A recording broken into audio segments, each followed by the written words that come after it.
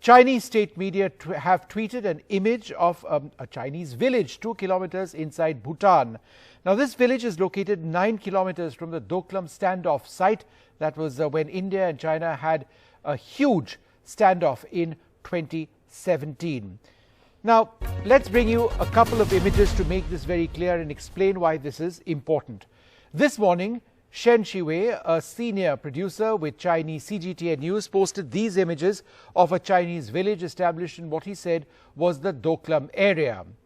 Remember, Doklam was where India and China faced off a few years back. So again, just to put this in perspective, Sikkim to the west, Bhutan in fact to the east. In fact, Doklam is a part of Bhutan, but the Chinese have built roads over there. And the area we are talking about over here in today's context is near Sinchila, that is to the right of your screen, Sinchila being a pass. I'll explain what exactly happened.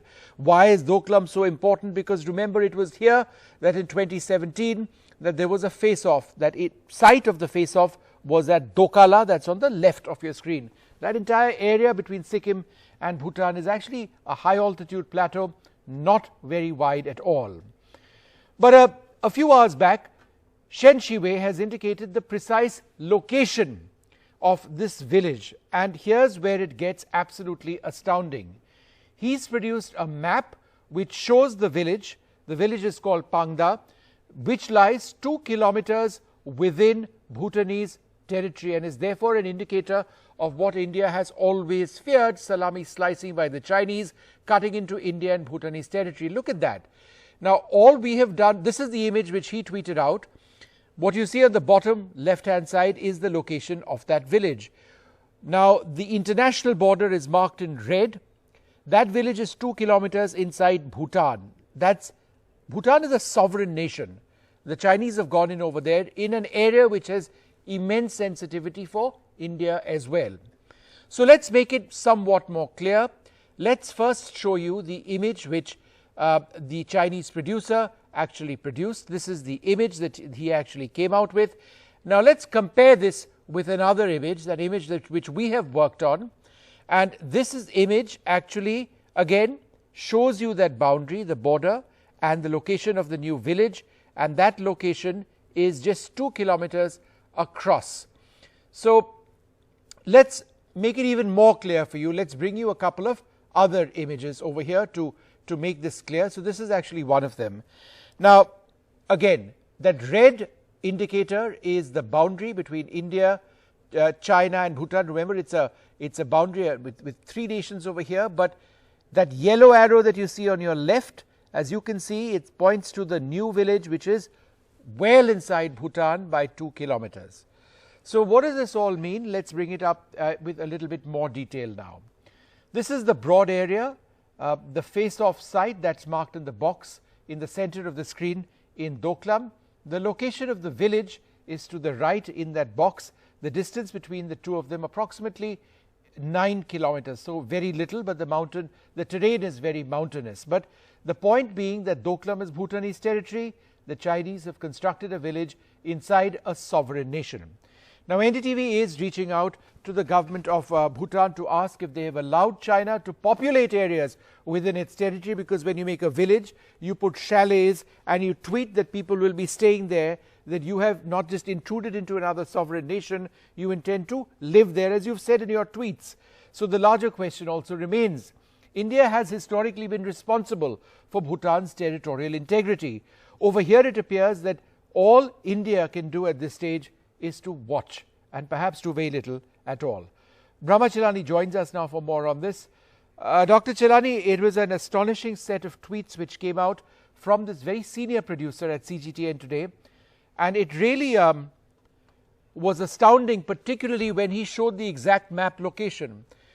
Now, Chinese state media doesn't just tweet whatever they want. It's obviously a message which is being sent, and to me it appears that the message is, we believe that this part of Bhutan is Chinese territory. What are the implications of that?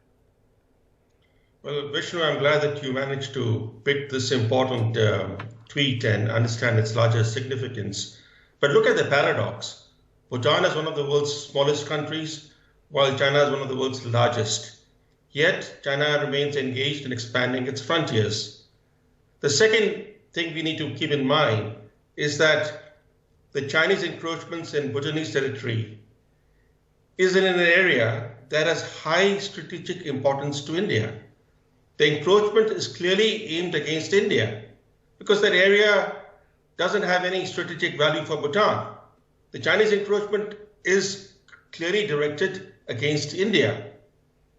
And this strategy of China of building border villages along the Himalayan border areas is the same strategy that China has employed against Nepal in recent months. In 5 different districts of Nepal, border districts of Nepal, China has come up suddenly with border villages inside Nepalese border areas. And that strategy has forced Kathmandu, the communist government in Kathmandu, which otherwise has been pro-Beijing, to reach out to India and seek to mend ties with India. So we're seeing a pattern now. We're seeing a pattern in respect of what happened in Ladakh, in respect of what happened with Nepal, and now this encroachment in Bhutan. So this seems to be part of a larger Chinese strategy in the Himalayas to expand its control and expand its frontiers. Dr. Chilani, New Delhi is supposed to ensure or guarantee the territorial integrity of Bhutan. Quite clearly, that's not happening. Well, India is the de facto security guarantor of Bhutan, but India's hands are tied because right now India is faced with Chinese aggression along the Himalayas. Even in 2017, when the Doklam standoff happened, you would recall, Vishnu, that after the disengagement deal was signed in August of that year, soon thereafter, in the months that followed, the Chinese, in a sense, gradually encroached on much of Doklam, occupied it, and built permanent structures. And India could do nothing about it. Yeah. In fact, despite the fact that China redrew the map of Doklam by occupying much of it, the Indian government reached out to China, and that's how the Wuhan summit happened. Right. So despite the Chinese aggression in Doklam, the Indian government was forced to seek a way out and seek to re-engage China through the Wuhan process, which then led to a second summit in India. Dr. Chilani, is there I would suggest perhaps the biggest concern over here is that Bhutan would very easily know about this. This has been happening from December. That's when the last satellite images were from December 2019. There were signs of this construction, and now they've got Swiss style, I mean, beautiful chalets. It reminds one of Europe. So the Bhutanese government would be aware of this. Is this also a sign of the Bhutanese saying that, look, we can't do anything, we don't want to get into a hostile situation with the Chinese, so let them do what they have to? Bhutan is a small and helpless country. It depends on India for its security. And Bhutan has seen from the 2017 experience in Doklam that when China forces its way and India stands up to China up to a point, there's very little that Bhutan can do on its own. But there's a larger issue here. The Himalayan border regions are treacherous and inhospitable. Why would China construct new villages in such harsh terrain? Exactly. The obvious answer is to occupy a neighboring country's territory. And there cannot be a better way to encroach on a neighbor's territory and present a fait accompli than to set up villages on occupied land and bring in people from elsewhere.